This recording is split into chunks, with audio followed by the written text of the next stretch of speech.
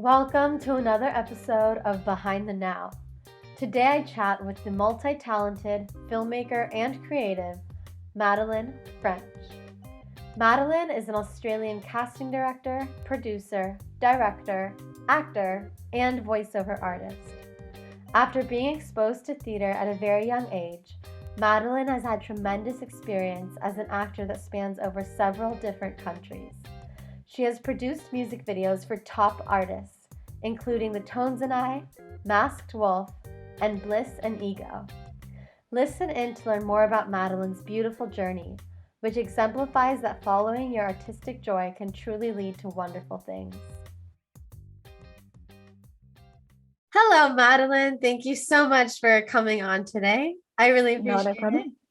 Nice. So I'm first going to ask you to walk me through your pathway of becoming a casting director, producer, director, a creative. You are very creative. You do a lot of different things in entertainment. So just where did this come from? Where did it start? Okay. Yeah, it's a crazy long story. Go for it.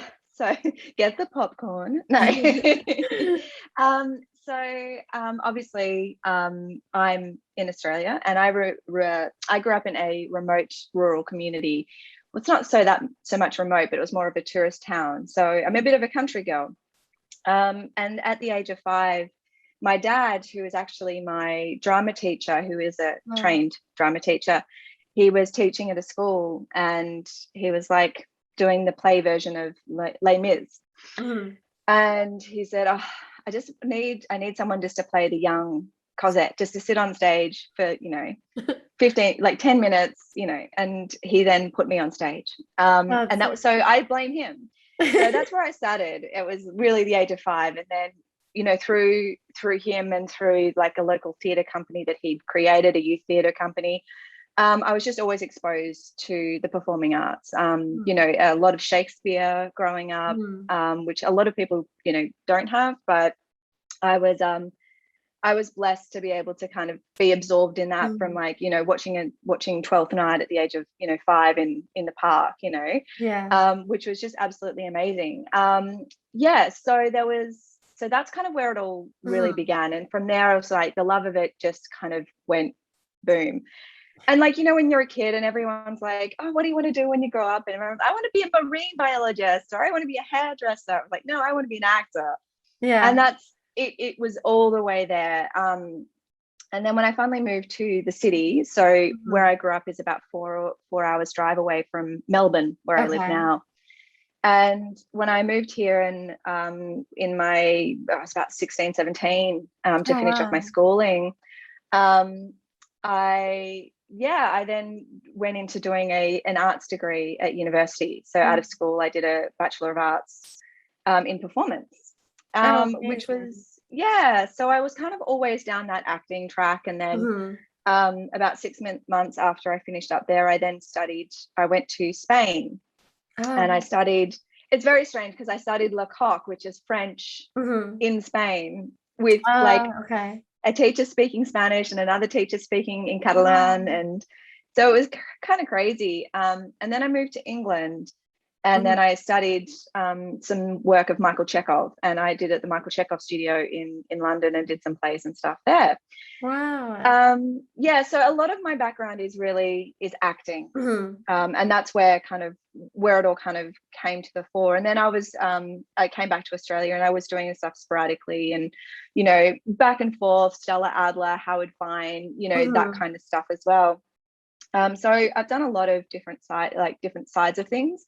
And through that, actually then I started doing some casting, independent freelance casting for just friends who were like, I need some stuff. Can you help me out? But knowing that I was an actor.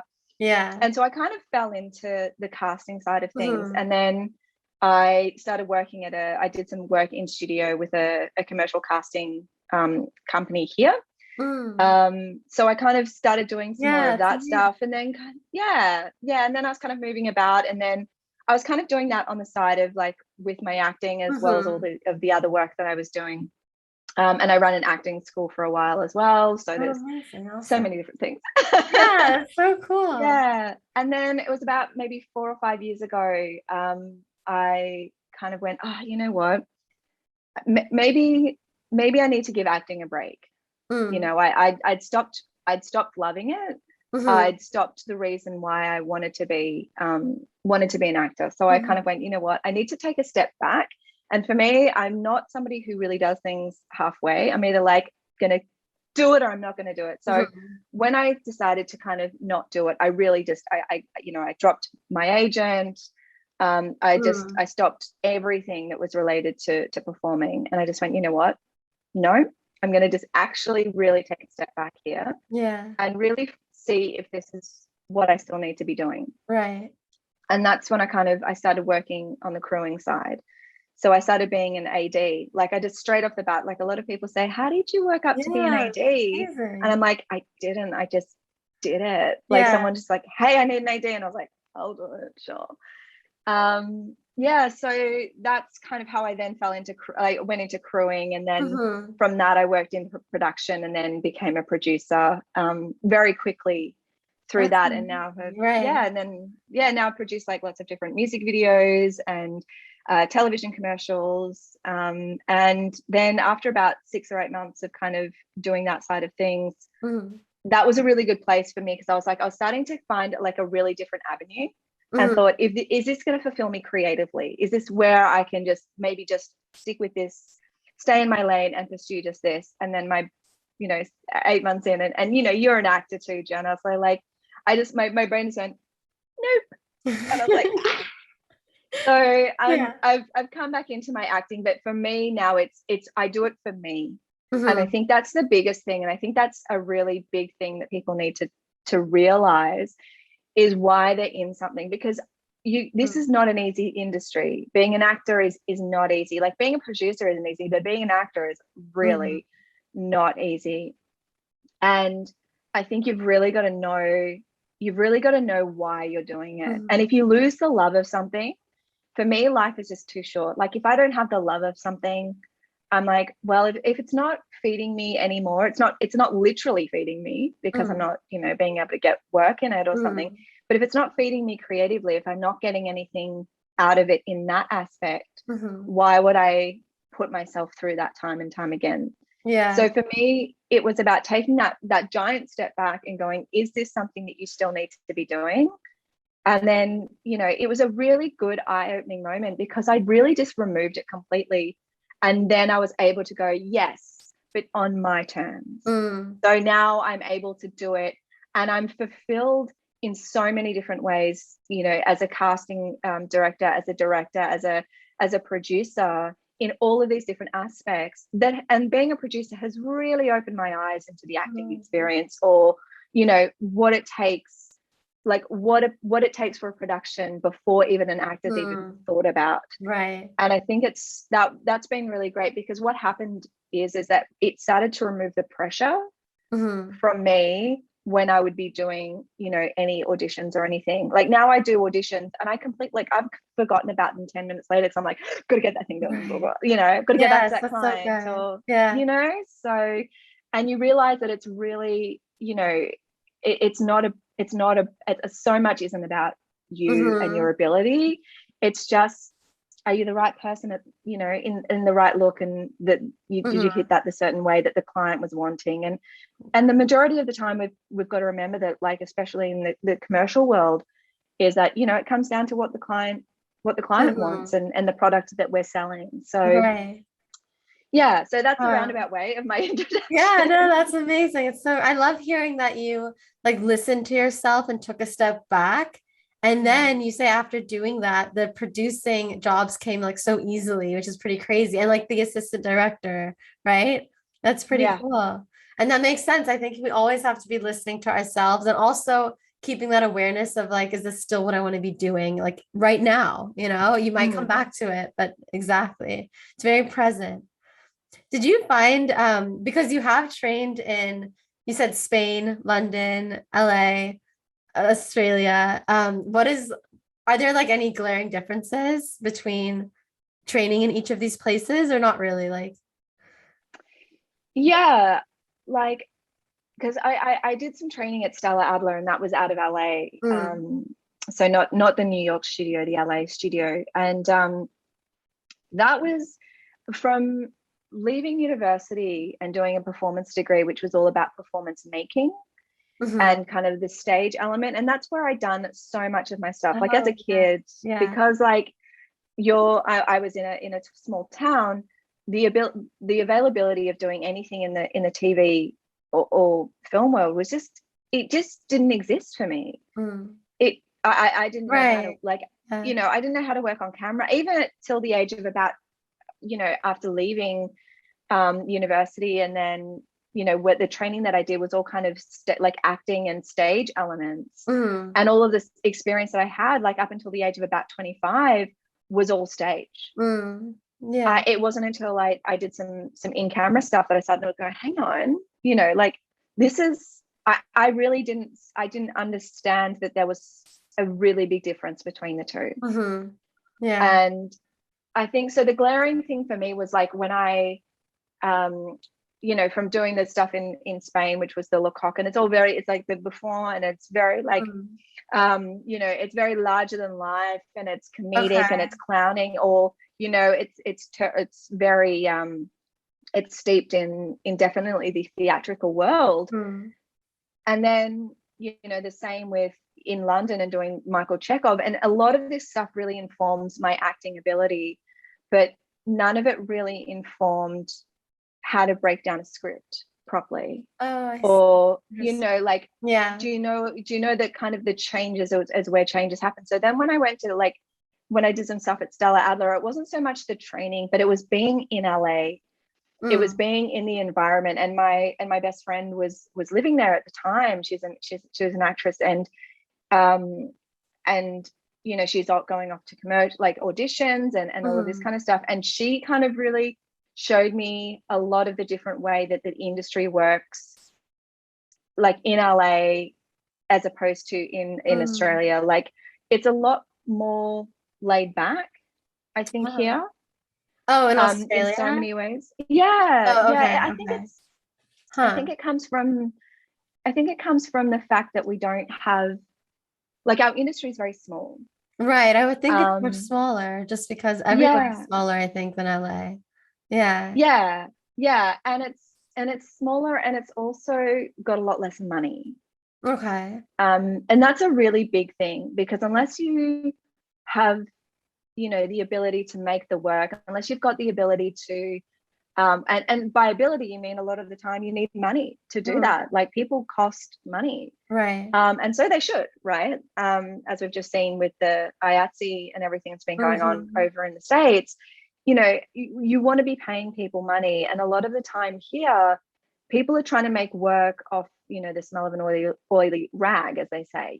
Like it's and it's great that there's a lot, but what ends up happening is that you can be like driving and making these things and making these things and making these things, and people are getting to the point where it's like, well, it's hard because there's not a lot of funding in it. And how much do I have to keep on keeping on in this without being able to have the money behind it? So the big thing for me, I think, is that it's just the ability that money can give you risk, and people are more willing to take risk.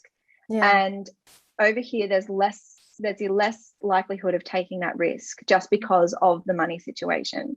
And that's not to say it doesn't exist. Of course it does exist, and of course there's people going for change and everything, but it's just it comes from like a governmental level where there's just the funding isn't available. But we make it work around it, because, as we say, we come back to it and you do it for the love of it. And if you get paid along the way, then yay. So clarify a bit when you say risk, like risks in terms of like the people you hire, or like just what do you mean by that exactly? So it's a combination of the people that we hire, but also the so the side of things of funding and investment.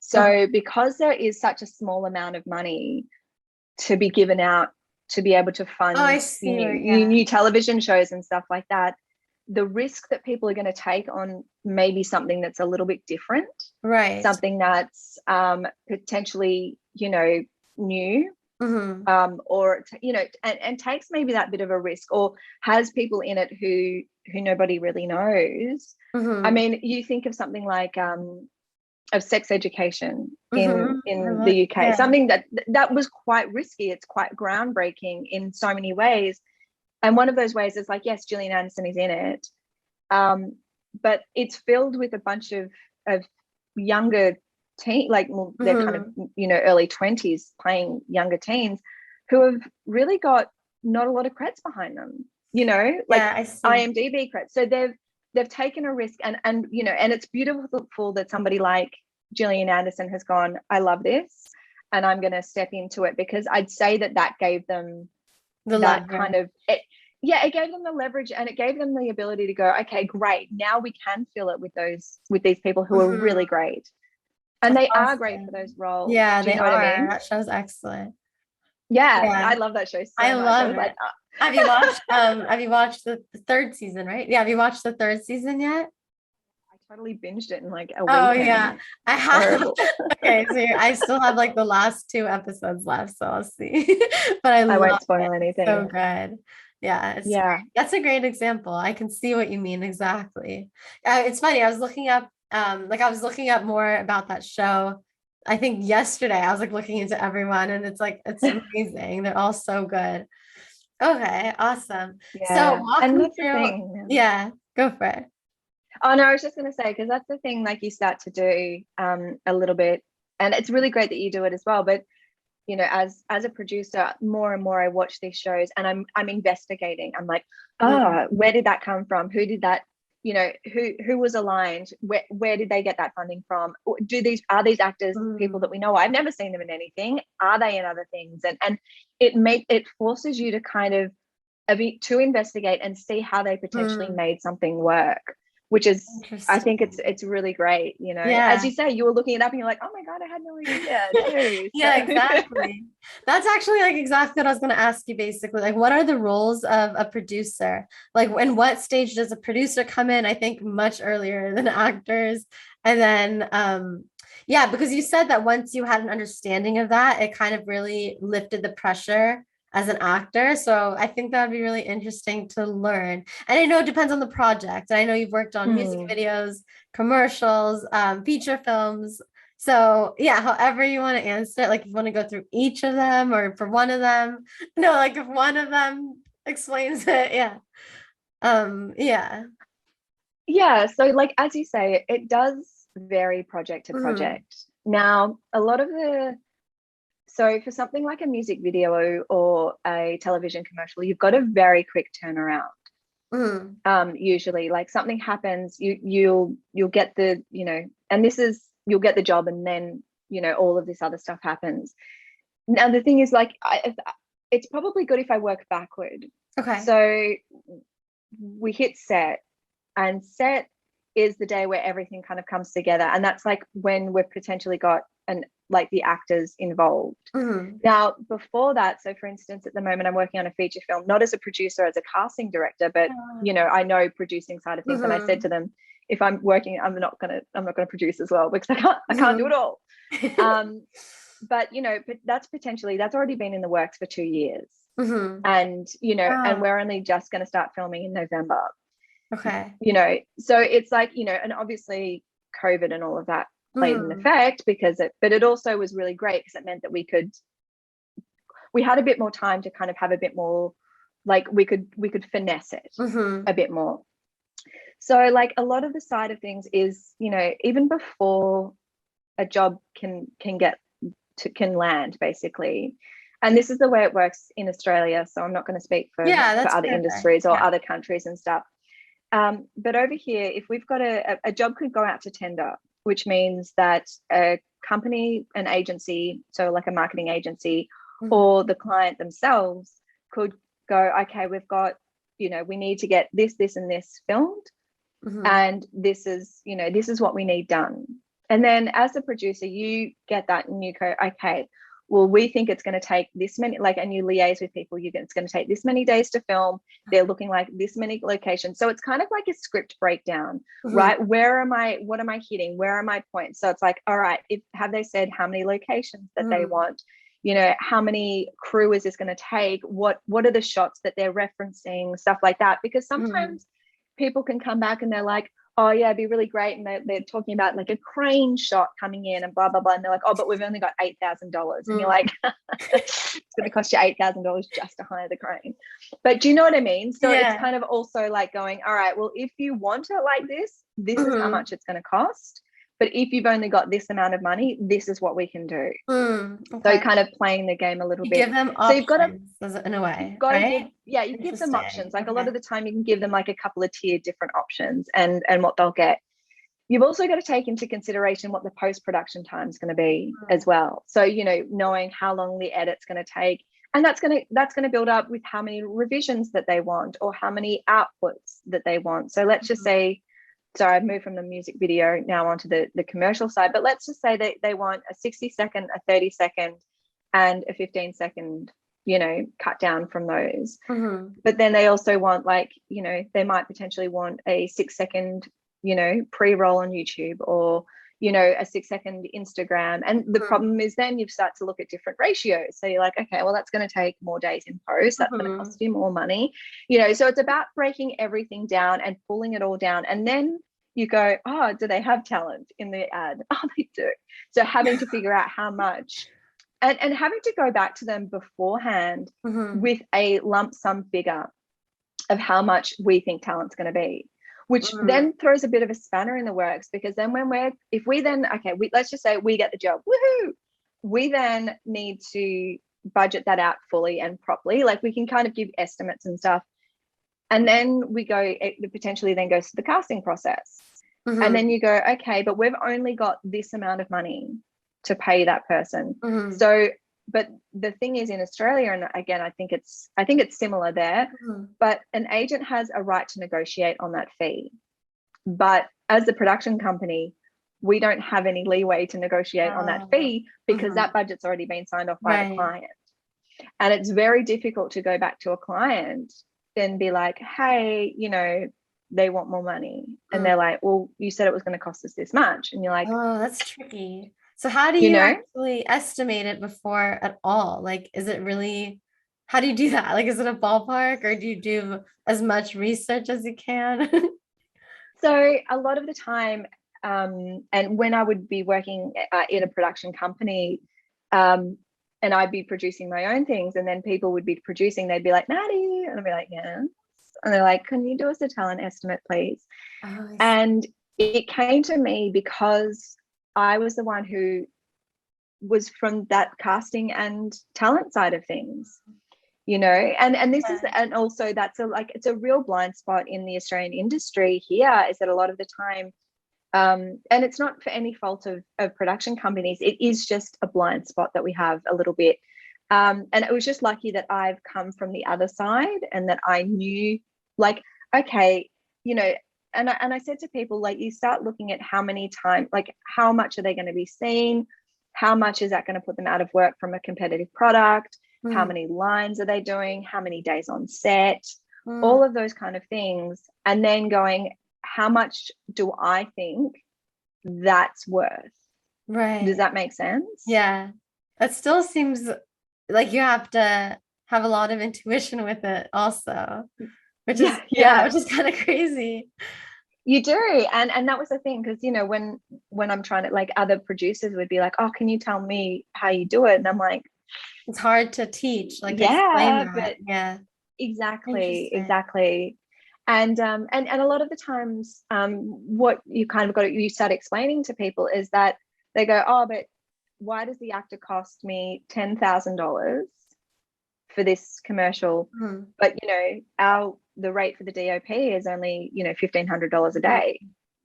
And you kind of go, yeah, but the actor isn't just doing 1 or 2 days of work. That actor is potentially doing work for 3 years, because that's how long the campaign, contract can last, you know. And they're also saying, I'm aligning myself with, let's just say it was like the company, like yeah, like a beer product or an alcohol product, and they go, well, they're potentially putting themselves out of work with a competitive brand, not just for 3 years, but probably for 5 years if they run the campaign for 3 years, because then the people are going to be like, oh, actually, I remember that person from that ad. So therefore do you know what I mean? And a lot of the time it's like, and that's why sometimes agents and stuff want to come back, is because you're like, well, we've got to figure out and evaluate what's the cost benefit of us aligning ourselves. Interesting. So that's how, like, that they're the kind of just top line things that I start to think about. And that's how I explain it to producers. I'm like, this is how you've got to think about it, because you can't think of it as a lump sum. And there's a reason, it's the same with tax. Like, they don't tax them a certain amount because it's such a high figure that you're getting, but that it does not reflective of your income and all of that kind of stuff.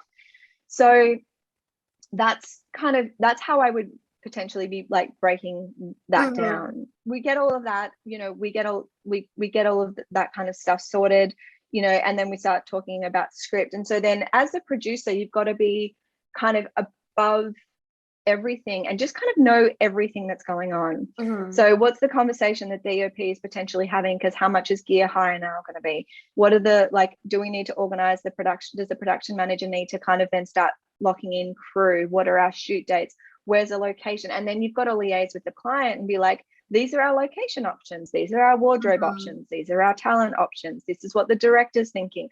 And so you kind of got to have your hands in every pie. And even though you might not be doing like what's considered the legwork, like putting together the locations document or the wardrobe document, you need to know every single thing that everybody else is doing and then make it work within your budget.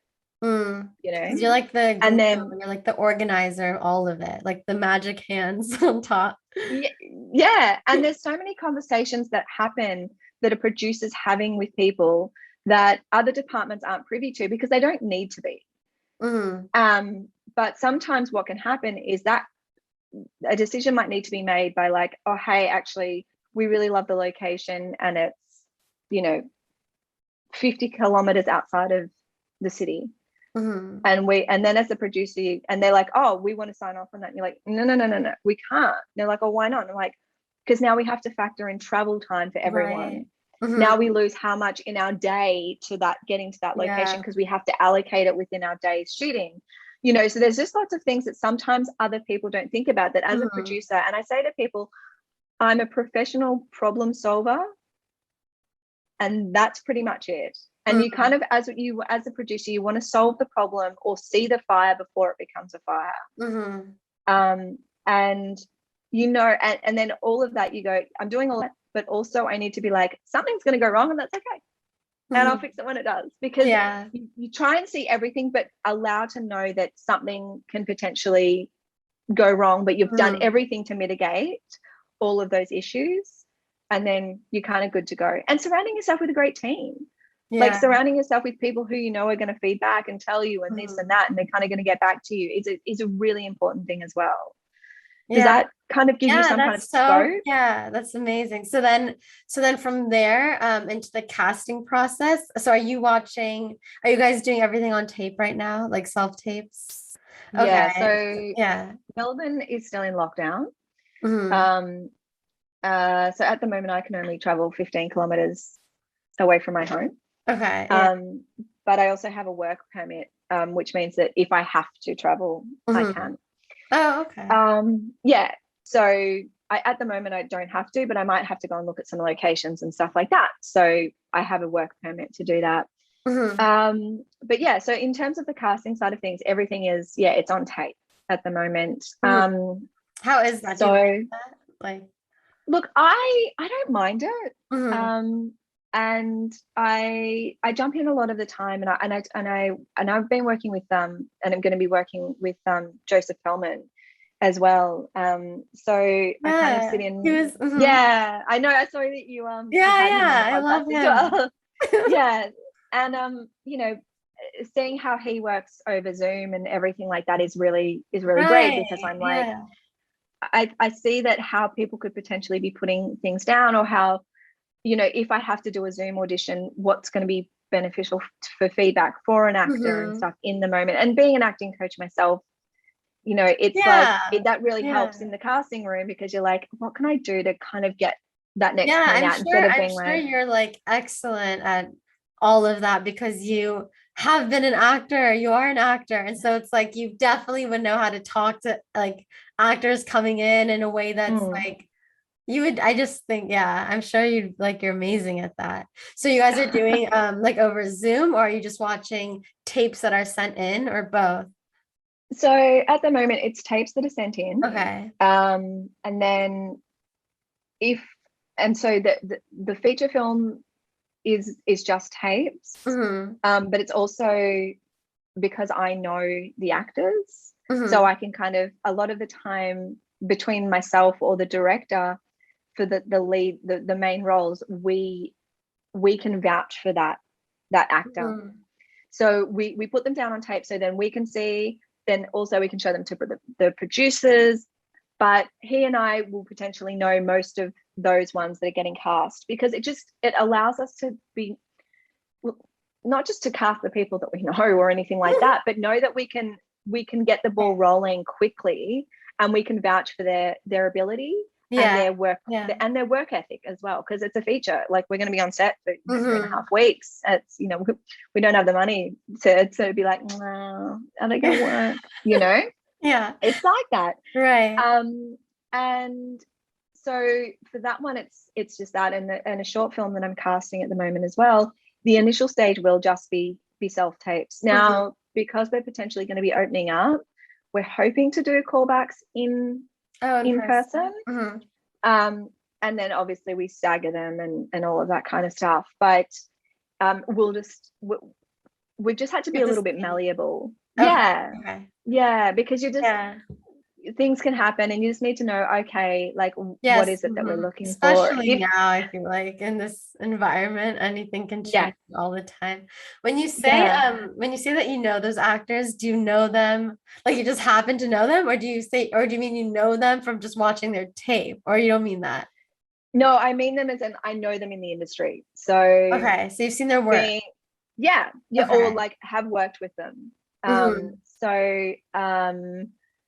Because the industry isn't, especially in Melbourne, it's not huge. So I've either seen their work on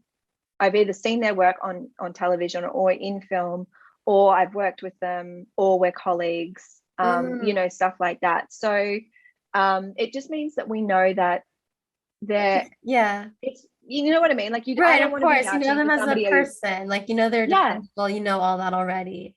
Because I mean, I'm putting my it's not just my opinion of their acting ability, but it's also me going, I'm vouching.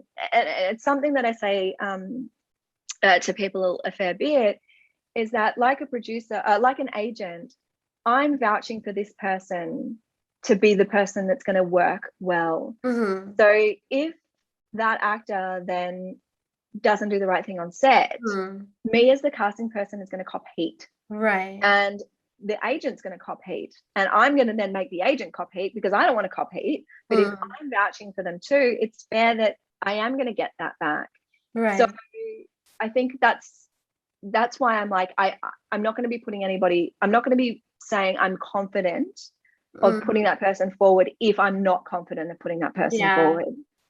And same with the director. He's the same. He's just like, I know that I can get them to that place that I want to. And I'm like, look, if you know that, I think they're really great from their tape. And so he and I have quite a big conversation about it as well, because it's going to be a lot reliant on him getting people to the place that he needs them to on the day. And if he says to me, I'm confident, then I'm like, well, I think their tape is good, and I can see it too. I have faith in you, and he has faith in me, and we're good. And so it's a really important relationship that he and I have as well. Yeah, that makes sense. And how does casting for a music video differ? Like, I'm trying to think if I've auditioned for music videos. Like, what is the process like? I don't generally get people to audition. Oh, okay. So usually for a music video, the team that we have, like the team that I've got around me, that when I've been casting the music videos, is actually there was one music video that we did cast for, but that was because they had to look like the younger versions of the band. So, and then they were kids, so it was like, okay, yeah, I think I watched that one. Maybe maybe, yeah. What's the artist again? It was Bliss and SO. Yes, yeah, I did. Yeah, it was very oh, thank you. Yeah, so great. And one of those actors, I did kind of know, because I've spoken to his mom, and I know his acting coach as well. So it's just kind of like, I know that this coach is reputable, and I've spoken to his mom and all of this kind of stuff. So I'm like, I know that they're going to be good. And then it turned out that the person who was producing that one, she'd also, because she's like, we all do so many different things within that kind of work. Like, she's an actor, but she's also a hair and makeup artist. Oh, I love and she worked as a hair and makeup artist on something with him. So she's like, oh, I'm confident that, he's going to be able to do it. And I'm like, great, stuff like that. So that's the only one that I've actually really put the call out for. The other ones, like, so for Razor's Edge, which was a music video that we did for Masked Wolf, me and I had somebody helping me who produced the Bliss and SM one. She helped me cast this one because it had to be done really quickly. So between us and everyone kind of just was like, we had to get it done within 5 days. Oh my goodness. Yeah. That's super collaborative, really fast. Yeah. So everyone was just like, we want certain types of looks and this and that. And so we just kind of went bang, bang, bang, bang, bang. And, between us, we were able to make that happen. And at one point I was just like, oh, can we get somebody to be the person behind the bar? And I'm like, I'll do it, because we've got, we had certain things behind the bar that other people weren't supposed to be there for. So I'm like, I'll stand there because I'm the producer and no one is allowed to come near me. So let's just have that in the background, and if it gets caught, it gets caught, and if it doesn't, it doesn't. But yeah, so for something like that, we don't really go out because we know people. And then what ends up happening is you go, well, we did this, like, like for Tones and Eyes Won't Sleep. Yes, I love her. I saw that. I watched it and I saw you produced it. I was like, that is so cool. Yeah, so so that was a production job with, again, the same team that I've been working with on a few of them. And there was like the main producer, and then there was me and another producer, but we were also the ADs and stuff as well. That was quite an epic shoot. But so, like, from doing, like, and we did Fly Away, and so with Tones we've done quite a few, and the team had done Dance Monkey before I'd gotten on board, and and then all of the ones that we've now done with Masked Wolf, and we did some within Queensland as well. So we've actually now just got like a really good bunch of people, a solid team that you work with consistently. And then what can end up happening is that we fill a lot of things with extras or actors that we go, hey, we know them now, and the more people we get along, the more people we know. So it just means that we don't have to go through that process. We just can contact them directly and go, hey, do you want to jump in on this one? And they'll be like, yeah, or yeah, and it's because they're usually a lot quicker. They're a lot less featured. I mean, the Razor's Edge one with Masked Wolf was a little bit more featured because it was like featured heavy, but then we did have a lot of extras in the background, but we did have those featured faces. And that, but you're not going to have to, it's very different because you're looking at look a lot more than you are at, acting ability, I suppose. Right. Because it's so because sometimes you see them for like a second, or like, is that what you mean? Like for music videos and maybe some commercials? Yeah, yeah. And that's the thing, is like, if within, and I'll use Race's Edge for an example, is that there was certain people that we needed to make sure that they looked like they knew what they were doing. Like the guy who was in charge, the gruff kind of guy, or the woman who was like shooting the gun. We needed to know that they were going to be able to take the direction that we needed, and were able to do that. So they needed to have some kind of acting experience. So those ones we were like, yeah, we need them to have acting experience. Other ones we were like, we could just call upon friends and be like, hey, do you want to jump in? And they're like, yep, I'm not being able to do anything. So yeah, free. Yeah. Okay. And it's a lot of fun because they get to do something different. Yeah. And, and stuff like that. So there's definitely ones that you've got to target and make sure that they know how to take direction, and they know what they're doing, and that they're going to be able to do it right.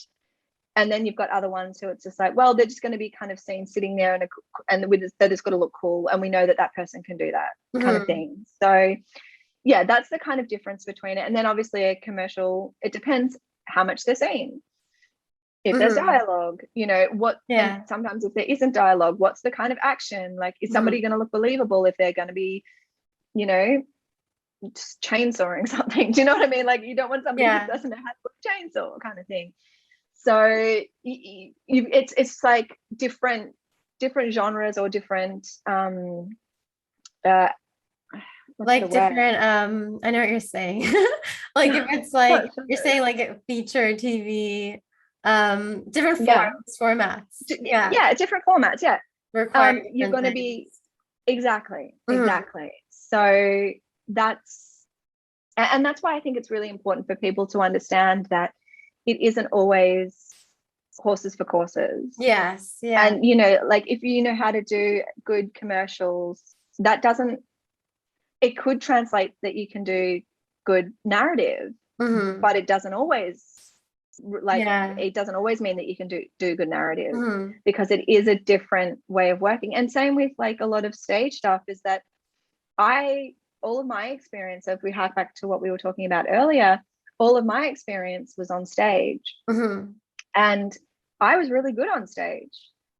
And then I started doing some stuff in camera, and it wasn't that my acting wasn't good, but like the teacher was like, Maddie, you do this a lot. And it's like, you can't do that on TV. Like, he's just like, and he just pointed that out, and I was like, and it was just, and then I watched my tape back, I'm like, oh my God, I really am. So, right. Then like when you become aware of them and you just let it go, then it's like that passes and you forget about it. Well, but it's interesting. Because on stage you don't catch those like tiny things often. Like no one would notice that, maybe, Well, no. And also, like, one night you might be doing it and the next night you might not. Right. And then that's it. Other people, are the people looking at you in that moment, is your back maybe slightly turned, and they're going to be able to look away. Whereas if you're in camera and this is like the face that you're going all the time, we can't use that take or any of those, So, and that was the thing, like he shone a light on it, and I watched it because I was like, am I? And I watched it, and then the next week he's like, hey, and I was like, yeah. He's like, you haven't done it, and I'm like, what? He's like, haven't done it once. It was like, that was all it was. He's like, that's all it is, guys. It's like, don't freak out about don't freak out about it. You now know. And she was and you're able to let it go. So and it's stuff that I even come back to now, like when I'm watching, like if I'm putting down a tape myself, trying to make sure that I'm watching back my work and then going, oh yeah, no, like I was doing this and that made my chin look really weird, or the light wasn't hitting right, and I've got to adjust it, or oh, that's right, now my bench is in shot because I'm in a self-tape and I'm in the kitchen, so or someone has the cat, like somebody can have a cat wandering or something like that. But I think I even now start to I remember those little things, like, oh yeah, I've got to my head looks better that way, or whatever that might be.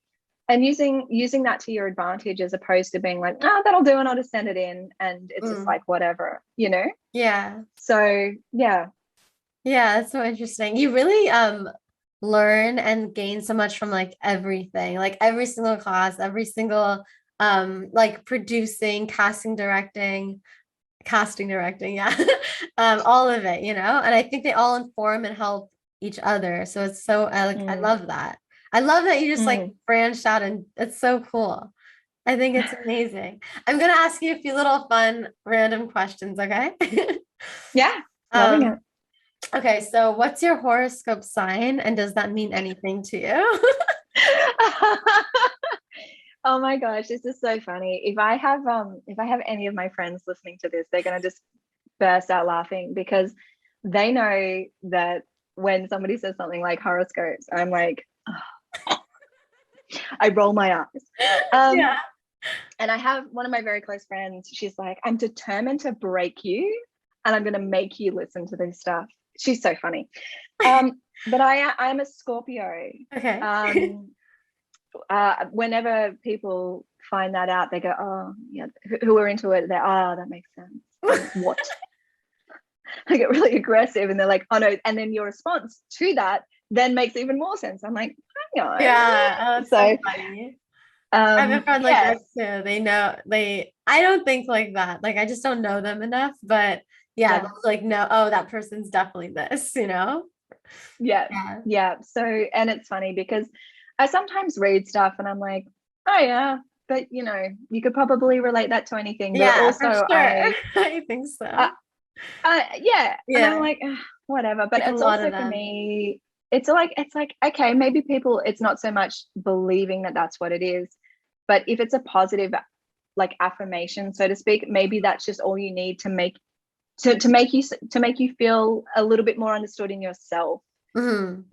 That's how I kind of I try and address that Yeah. stuff. So I'm like, yeah, I think it's a bit of a load of bull, but if it works for you, it works for you, Right. right? Yeah. Okay. Do you use emojis? You know emojis? And if so, what's your most used emoji? Yes, I do. Okay. Probably my most used emoji is um, the one that looks like they're crazy, they're and like the eyes are going weird. Because Yeah. the majority of the time, I'll have sent a text message and then I'll be like, that didn't make any sense. So then I send the emoji and then I have to send the right text message. So that's That's probably, funny. like, think that one or the laughing one. Mm. A lot of the time is the one I'm sending because I just try not to take myself. I'm trying not to take myself too seriously. Yeah. You know. I love that. And how do you be the now? So so this podcast is called Behind the Now, and it's Yeah. like highlighted be the now. Yeah. So it's just however you want to interpret that. Like if you do anything consciously to be present, or if you don't do anything on purpose, but like you can just like think when I'm with my dog, like however you want to answer it. Yeah, but if anything. Yeah. Um, there's a few things that I do. One of those things is that I journal every morning, Hmm. just to get the crap out, basically, for lack of a better word. Yeah. And whether that's, it makes any sense or if it's just random automatic Hmm. writing, I do that. And occasionally I'll miss a day and I'll be like, and I'll feel less present through the Mm. day. And part of it for me is there was a voice teacher years ago that used to say, when you're working, like he'd be like, and breathe and take Mm. your time, breathe Mm. and take your time. And I'm somebody who, like, I like to get stuff done. I mean, you can probably tell from all of the different things that I've done in my life that I'm just like, Mm. I want to do that and I want to do that and I want to learn this and why am I here? So I'm kind of like, I'm constantly, running from one thing to the next, Mm. but allowing myself to take the time and to take a moment. And I do yoga and stuff like that as well. And Mm. I think that helps because exercise, like, and before COVID and stuff like that, um, and when I was younger, not so much now, but I used to play sport. Mm. And that was something that was really good because it was something that was outside of the industry. It was something that if you're not present, you're going to get a ball in the face. Right. So you need to be like, and I think that's a really good thing about something like a team sport, like I played Aussie rules football, and I played netball, and I played cricket. And something like cricket, you guys probably don't really know what cricket is, but yeah. it's very like, and I would play all day. Mm-hmm. Like we would get there at 12:30, and we would finish at 5:30, 6 o'clock, so we would be there all day. And that was something, again, it was outside of the stuff that I was doing. It was physical exercise, but I had to be present. You're right. You can't be in your head. Like, yeah. You can't be in your head. And I just find that one of the really great things is like to be in the now is saying yes. Is saying yes to things, even if it's like yes to, I need to take a break. Yes, it's okay that I want to sit here and just watch 2 days straight of sex education, right.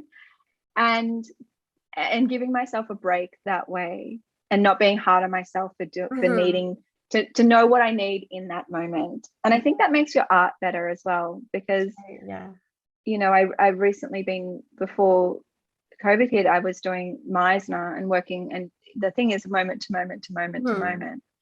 And I think something like performing, if you're not in the moment and you're not responding and listening and working moment to moment, you're less compelling to watch. Yeah. So it's nothing is anything. Yeah. And so it's like anything's like anticipated, or there's like some impulse you didn't go with, and it's like it's like, oh, I should yeah, definitely. Yeah. And you see it, don't you? Like when you're watching people, you go, oh, they missed that moment. Or I saw that and you learn to see it. Yeah. So I don't know, these are just little things that I do. Yeah, I love that. Thank you so much. I love that answer. And this whole thing. I've learned so much, and I love talking to you. So thank you so much. No, thank you, Jenna. It's lovely.